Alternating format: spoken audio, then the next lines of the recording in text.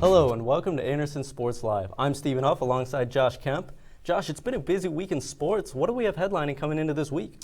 Well, it's one of the most exciting times of year, March Madness. Selection Sunday was yesterday, revealing our bracket, and Kansas was awarded the #1 overall seed.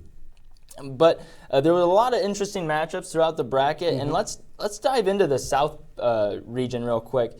I was looking at the Maryland versus South Dakota State seed, the 5 versus 12 matchup, and Maryland's play this season has been really inconsistent, and I don't know if that 5 seed really accurately displays how they've been playing this year. And South Dakota State's just been playing strong defense, and they've been rebounding the ball well. I think that there's a potential for Maryland to get upset in the first round. Well, if that happened, I mean, chaos would ensue in this bracket, as you see in March. My matchup I'm looking at, staying in the Big Ten, Iowa-Temple. Iowa, no doubt, good team. They have talent all across the board. They were a #1 seed at the beginning or during the year for a reason, but they're coming in cold. I feel like they peaked at the wrong time, and that's never good, especially in a tournament where anything can happen. And so Iowa, good team. I could see them getting bounced out by Temple in the first round just because they're not hot coming in. I'm with you there. Let's move over here to the East bracket. I have another 5 seed versus 12 seed matchup I like to look at, the Indiana versus Chattanooga. Okay. Indiana, again, another team I haven't really liked the way they've been playing all year, even though they did finish strong at the end of the regular season and won the Big Ten title outright. But Chattanooga's defense has just been playing really well, and they have the highest scoring margin in their league. So I just think that's another upset that could possibly happen. Well, I mean, I could definitely see that too. Chattanooga's a really good basketball team. I mean, Indiana did win the Big Ten outright, but I could definitely see Chattanooga knocking them out, and I mean, that would be another shocker. The one I'm looking at here in the East is Notre Dame, Michigan, Notre Dame versus Michigan or Tulsa. And it's not so much the matchup itself, but I think Notre Dame's going to win it. I'm just kind of surprised Michigan and Tulsa are even in. I didn't have really either of them coming in, and especially Tulsa. That was a shocker to me to see them get into the tournament. Especially with the Monmouth team that got sent home. They've been spectacular, really fun to watch all season. For sure, there's a lot of mid-major schools like Monmouth, like St. Bonaventure, who didn't get in, and I thought they might have had a better run than Michigan or Tulsa. Honestly, I mean, nothing against Michigan or Tulsa. I just don't think they're as strong candidates. Okay, moving on here to the Midwest. The matchup I'm looking at is the Dayton-Syracuse. Syracuse, another one of those teams, just not in love with the fact that they got thrown into the mix. I don't think they should have been there. Dayton has been playing pretty decent, and they have 2 veterans that have experience from the 2014 NCAA tournament. I like that team to bounce them out in the first round. I like that pick of the Dayton Flyers there. And, Syracuse, another team kind of surprised getting in. Maybe it's Jim Boeheim and a big brand name. I don't know. I'm going to go with the matchup I'm looking at, Michigan State, Middle Tennessee. And Michigan State's going to win this game. I don't have any doubt about that. What I'm surprised about, Michigan State's at a 2 seed. That's why I'm looking at this. I mean, they were #2 coming into the Big Ten tournament, and then they win the tournament, and now they're a 2 seed. I just didn't understand the credibility and the pick there for the committee, but I think Michigan State has a good chance at that whole region. I agree with you. I think that they were another team that just got screwed up on the seeds. They, just like every year, they definitely have a shot, no doubt. And over here on the west side, the last region that we have, I have Baylor and Yale. Baylor, I know that they can score points, and they do it pretty well. Sometimes, though, they can get off to a sluggish start, and I don't like how they can give up an early lead and have to fight back a whole game. And Yale, they've won 17 of their last 18, playing strong defense, Ivy League school. I like them to make a small run. I like you taking the smart guys here. It's hard to root against them, especially the 17 out of 18 coming in. I mean, coming in hot. I mean, that's the exact opposite of Iowa and teams that I might have counted out. So I don't mind that pick either. I mean, Baylor has years in the tournament, but Yale coming in hot, and they're just a likable team. The game I'm looking at, Northern Iowa and Texas. I think that's going to be a great game. Shaka Smart, great coach for Texas, no doubt. But this is the first time they've been bounced out of the Big 12 tournament in the first round for 11 years. And that's a red flag, I think. And Northern Iowa, I mean, they have a history of doing this. They beat Kansas. And so I feel like they're going to be a team with fire underneath them, and they're ready to knock off Texas and maybe go even further in the region. Who knows? Northern Iowa is always one of those mid-majors that has a chance to make a difference in the I like them. So. For more on the bracket, we're going to send it up to Renata and the Roundtable crew. Renata, take it away. Hi there, I'm Renata Guzman here with experts David Eichort and Matt Pierce. You guys, tell me what's going on with these brackets. You know, when I first looked at the bracket, the first thing that stood out to me was Michigan State isn't a 1 seed. Yeah. Virginia got a 1 seed over Michigan State. Now that just doesn't make sense to me because Michigan State was number 2 overall team in the polls coming into tournament weekend. They win the Big Ten tournament, but then they get dropped. Yeah, and think about this. Virginia is 5-6 on the road this season. This is why I think the brackets. I mean, it was horribly seeded. I'm not too happy about it.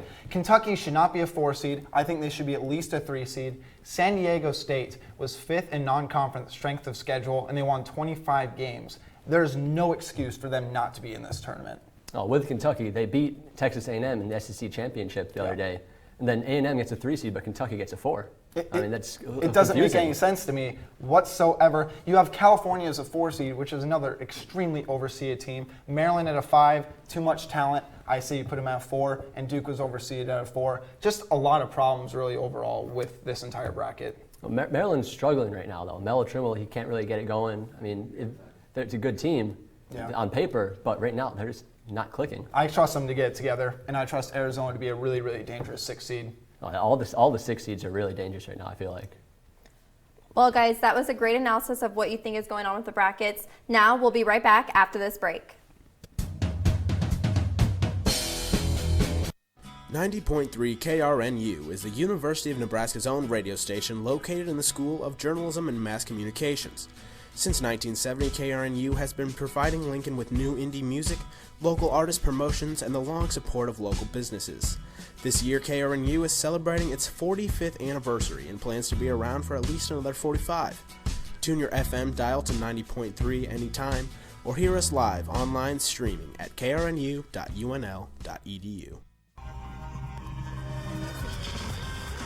I always knew I was going to study fashion design in college, and I kind of got addicted to the energy. Just to be able to see all the hard work the students have put into it and how talented they are. The most innovative designers are students.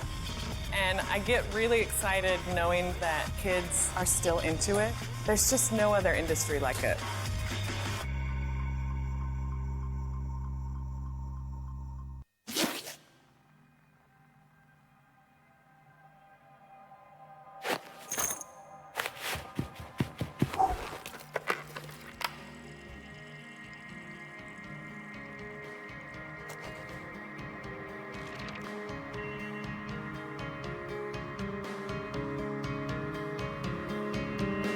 I'm Prince Mukamara, and I'm urging you to go to collegeboundnebraska.com to see if you qualify. Welcome back to Andersen Sports Live. Let's get right into this weekend's highlights. For the Atlantic 10 Championship, St. Joseph faced off against VCU. There's the chip trophy right there. Starting off early, we got Corey Bilberry for VCU, gets the 3 ball. On the other end, we got a nice Euro step there, and he puts it in off the glass. Towards the end of the first half right there with a reverse layup, and VCU is back in the game. But in the second half, a nice fadeaway there, and St. Joseph, they're not going to let that lead go away, and they win the A10 championship. All right, on the West Coast, we had Long Beach State taking on Hawaii in the Big West title game. Late second quarter, Long Beach State hits the 3 to tie it up at 56. A minute later, Hawaii in somebody's face from deep to take a 3-point lead. Hawaii has the lead now. Under 10 seconds to go. Down by 2. Long Beach State with a 3 and can't connect. Time will expire and Hawaii is dancing.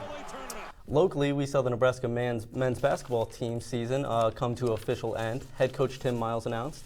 The Cornhuskers received offers from the CBI in the inaugural Vegas 16 tournament in Las Vegas. Nebraska upset Wisconsin in the first round of the Big Ten Conference tournament last week before losing to Maryland in the quarterfinals. The Summer Olympics are not too far away, and 3-time Olympic gold medalist Carrie Walsh-Jennings is seeking another as her and teammate April Ross won their first qualifying match leading up to the Games. The duo was able to beat Poland's Kinga Kolczynski and Monika Brzoczek. Walsh Jennings recently came back from a shoulder injury that she said has been only positive for her. Both Walsh Jennings and Ross are looking forward to the journey of qualifying.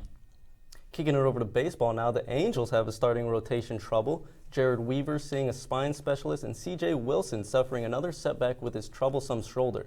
Manager Mike Shosha said Monday it's uncertain when Wilson will return to the mound. Wilson will throw off flat ground this week. He first experienced shoulder tendonitis 3 weeks ago. The left-hander was shut down in August to undergo surgery to remove chips and spurs from his elbow. Weaver was back in Los Angeles to see the doctors Monday, the day he was supposed to make his third start. The right-hander's velocity has dropped considerably due to his health issues. The U.S. women's national team won the 2016 She Believes Cup last week as they defeated Germany 2-1. It was a hard-fought tournament that would not have been possible without the efforts from Alex Morgan and Hope Solo, who both took home awards. Morgan went home with the Golden Boot and the Golden Ball as the top scorer and the best player of the tournament, and Hope Solo left with the Golden Glove by only allowing 1 goal throughout the tournament. College basketball has been the hot topic this week, but let's kick it to the NBA for the Clippers-Cavs highlights. Early in the first, Chris Paul dishes it to Green, who dishes it out to Redick for 3, and he sinks it easily. Cleveland wouldn't go away, though, and here you'll see LeBron come up. Right here, getting the pass from Kyrie, going into the lane, dunks it home for an and one foul on DeAndre Jordan. LeBron's not done as he backs up, takes a 3, and he drains that as well. Cleveland taking a huge lead on the Clippers here. Kyrie wanted in on some of the action, and he takes a 3. He drains it from deep as well. They're loving it. Cavs end up winning 114-90 over the Clippers. The NHL announced today it will use cameras along the blue lines for this year's playoffs. If the goal is scored, coaches can challenge to see if the opposing team was offsides. The ref will use the camera to determine the call.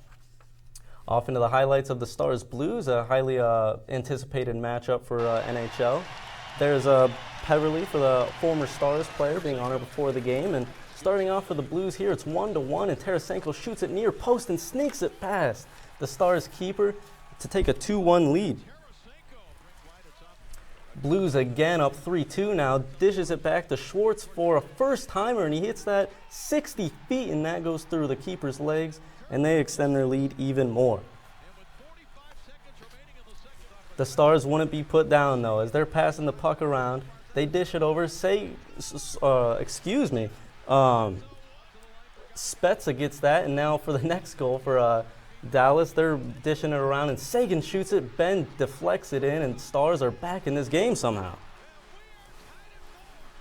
We're going to overtime after that power play goal, and the Blues are with it, and Pietrangelo takes it and wrists it home.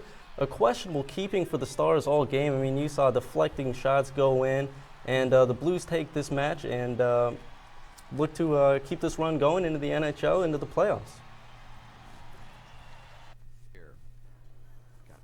It was a big day for Charles Schwartzel at the Valspar Championship on the 13th hole from 65 feet for birdie, and he drains it to put him at 5 under. He'd finished the day at 7 under. Here's Bill Haas to take the lead and win the tournament, and it just slides past the hole.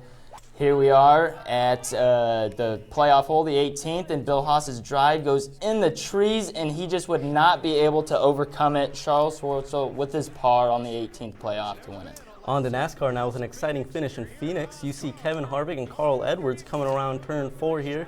They're bumping and grinding against each other. They're fighting for the first spot, and there's a photo finish right there. We're going to get you a shot of that. Kevin Harvick just edging out Carl Edwards. It is the closest finish ever in Phoenix International Raceway, and a huge win for Kevin Harvick and his crew as you see them celebrating there.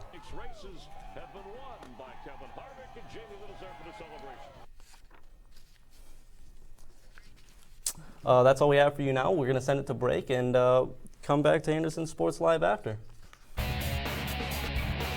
Donations from our supporters through Campaign for Nebraska enrich the classroom experience, advance research, fuel innovation and economic development, and enhance the campus environment. Campaign for Nebraska and the University of Nebraska-Lincoln thank our donors for gifts that write a story of success for the future.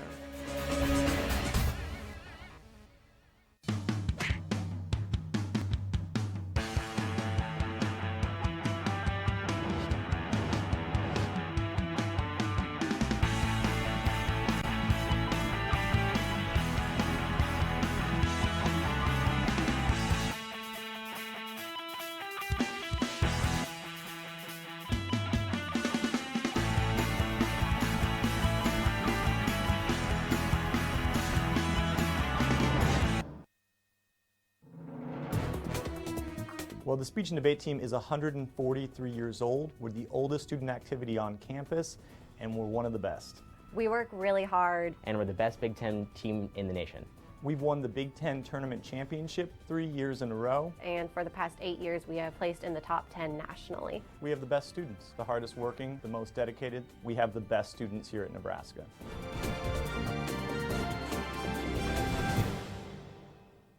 Welcome back to Andersen Sports Live. NFL free agency opened up last week, and players are already moving around the league. For more on that, let's send it up to Renata and the Roundtable crew. Welcome back to the Roundtable. I'm Renata Guzman here with experts David Eichel and Matt Pierce. Let's talk free agency. The Denver Broncos just won the Super Bowl, and just in the past week, they've lost both their first and second string quarterbacks. David, tell me what's going on with these NFL rosters. Guys, what if I told you that there's a quarterback with 7 career starts and 2,100 career passing yards who just got a $37 million guaranteed contract and $72 million overall? I mean, it is ridiculous. I can't believe that Brock Osweiler is getting this type of money for such little production that he has put up in the small sample size that we've seen him. I mean, this is just what the free agency market is right now at quarterback. If you have a halfway decent quarterback, they're going to get paid, and they're going to get paid big time. Osweiler gets $18 million a year. Sam Bradford gets $18 million a year. Bradford's probably better than Osweiler, but still, neither of them is worth $18 million a year. That's more than J.J. Watt. Then the other free agency positions, Olivier Vernon, he gets more per year than J.J. Watt as well. It's crazy. Yeah, it is crazy to me. And I do like what John Elway is doing. He let Osweiler go. He brought in Mark Sanchez, who will be a quality backup to either RG3 or Ryan Fitzpatrick when they go to Broncos, because those are my top 2 candidates for them to go to Denver. You know, I think the Broncos are looking at Kaepernick right now. I'm not sure whether they should, not at that trade price that they're offering right now, but that's what they're looking at. If I'm them, may look at Christian Hackenberg or maybe Connor Cook at the end of the first round. Look at Kaepernick. Kaepernick said he wants to go to the Cleveland Browns. Who wants to play for Cleveland? I mean, LeBron James may as well be running that organization, because that is just a train wreck, the entire Browns organization. But these teams, they are trying to build something from the bottom. I mean, think of these teams that are now, like you said, the Steelers, that they are keeping their same players so that way they can continue to build a team. Yeah, I mean, the Steelers, they kept William Gay for below market value as their best cornerback. They kept starting guard Ramon Foster at below market value. The good teams, they keep their players, they keep their core team together, and not only that, they keep them below market value. Yeah, and that is just critical to have a Super Bowl caliber team, because the Steelers have a great offense, and if you look at the teams that have been in the Super Bowl over the past couple of years, it's been the Denver Broncos and the Seattle Seahawks, both of which have just built through free agency and keeping the same players. All right, guys, well, keeping it, and it's still a professional league. It comes up every single year during basketball season, one and done. David? Guys, I really think that the NBA needs to adopt what the MLB has. You either can leave straight out of high school, because, I mean, think of all the great players that have come out of high school. Look at LeBron James, Kobe Bryant, Dwight Howard. These players don't need to go to college. They don't have to. They are good enough to keep away from that atmosphere.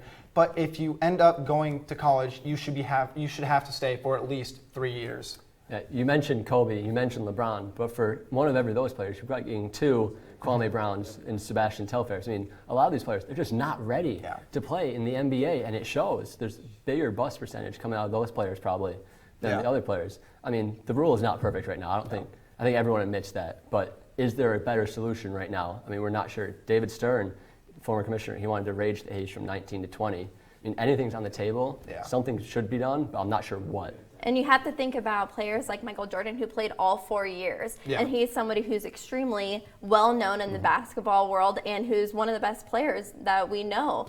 And I mean, he's a leader on the field, or on the court, excuse me. But what do you think that's going to have an impact? Do you think that more players need to stay in college just because of their leadership skills, that they need to build Yeah, those? I think you hit the nail on the head here, because one thing that we don't look at is the qualities they gain in college off the court. They're mature, because when you enter college, you are exposed to so much more, especially if you're an athlete, because of the spotlight on you. I mean, high school spotlight and college spotlight are two totally different things.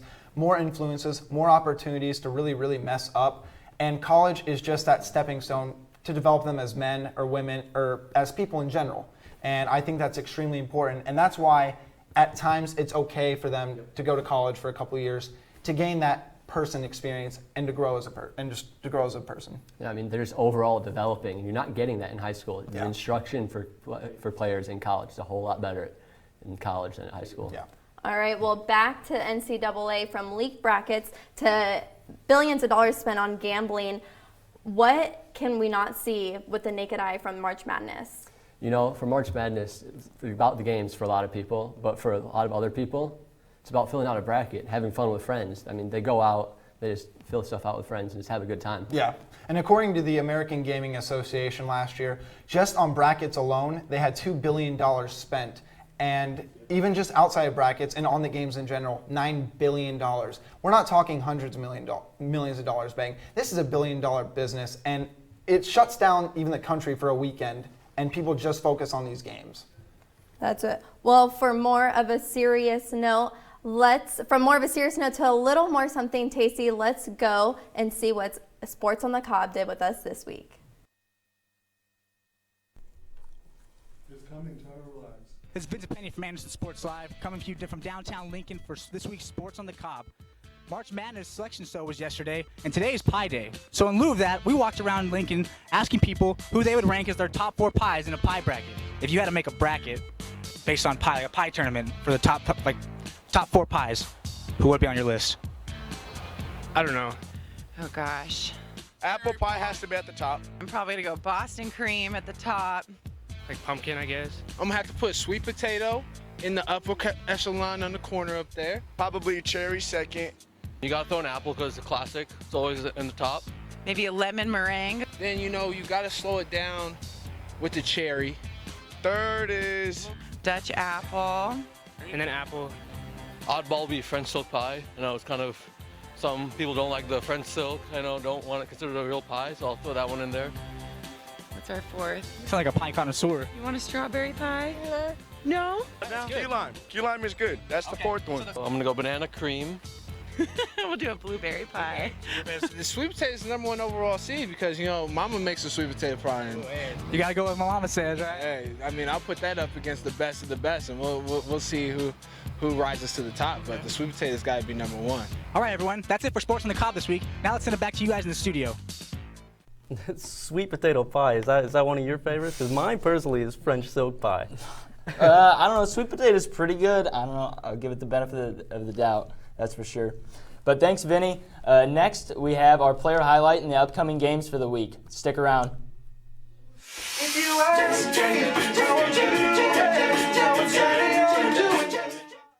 We'll see if history can repeat itself for the Huskers. They can have back-to-back years with beating Purdue if they lose this game. What would we do if we won the Powerball jackpot? That's daunting to think about. The music may change, but we'll still be there. Music, sports, and more. 90.3 KRNU. For this week's player highlight, we profile the president and captain of the Husker lacrosse club team, Austin Alexander.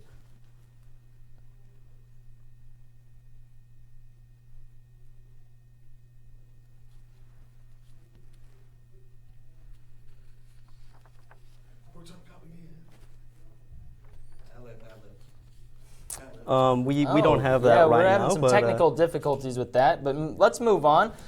We still have a ton of action in the upcoming games for the week, and for those, we go to Evan Troxel. This week's player profile is over Austin Alexander, the president of the UNL lacrosse team. He's number 50, and he plays defender. Austin started lacrosse at a young age and has stuck with it since.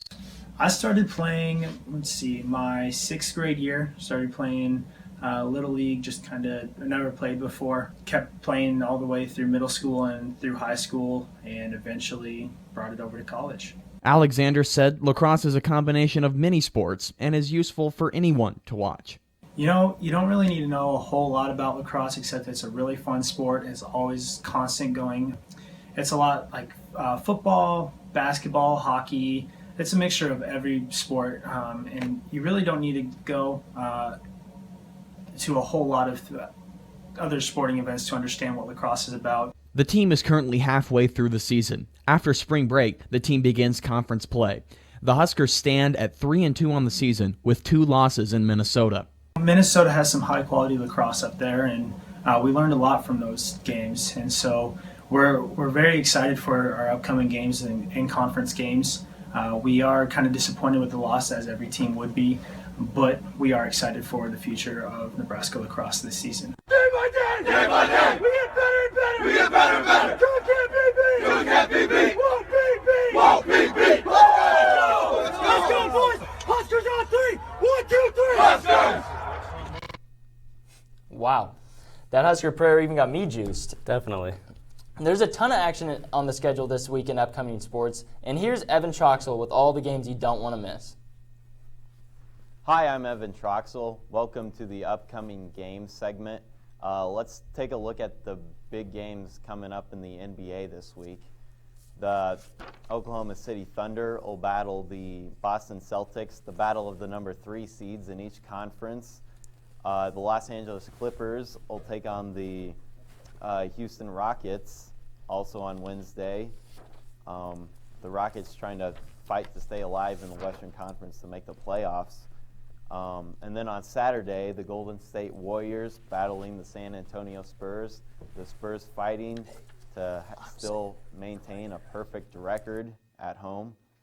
And that game can be seen at 7:30 p.m. on ABC on Saturday.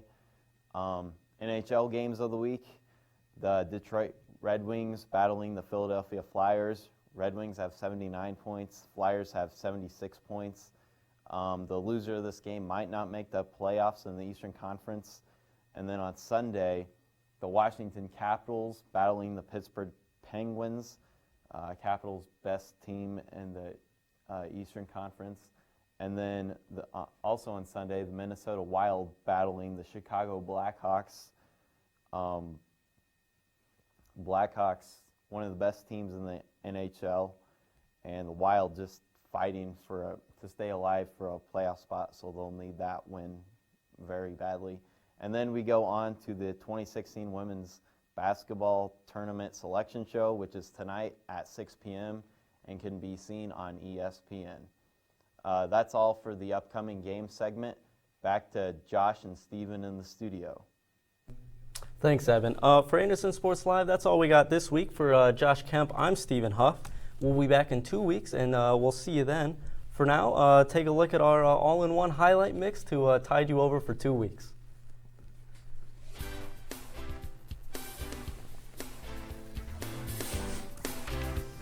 There we go.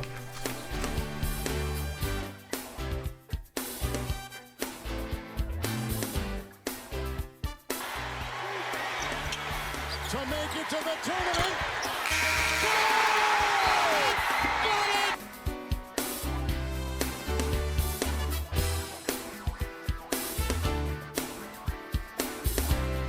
This is the second. Outlet pass. Archidiakono. Front court. Slips. Fires, and that's it. They get it to Bacon. He could have taken a couple more dribbles. Up.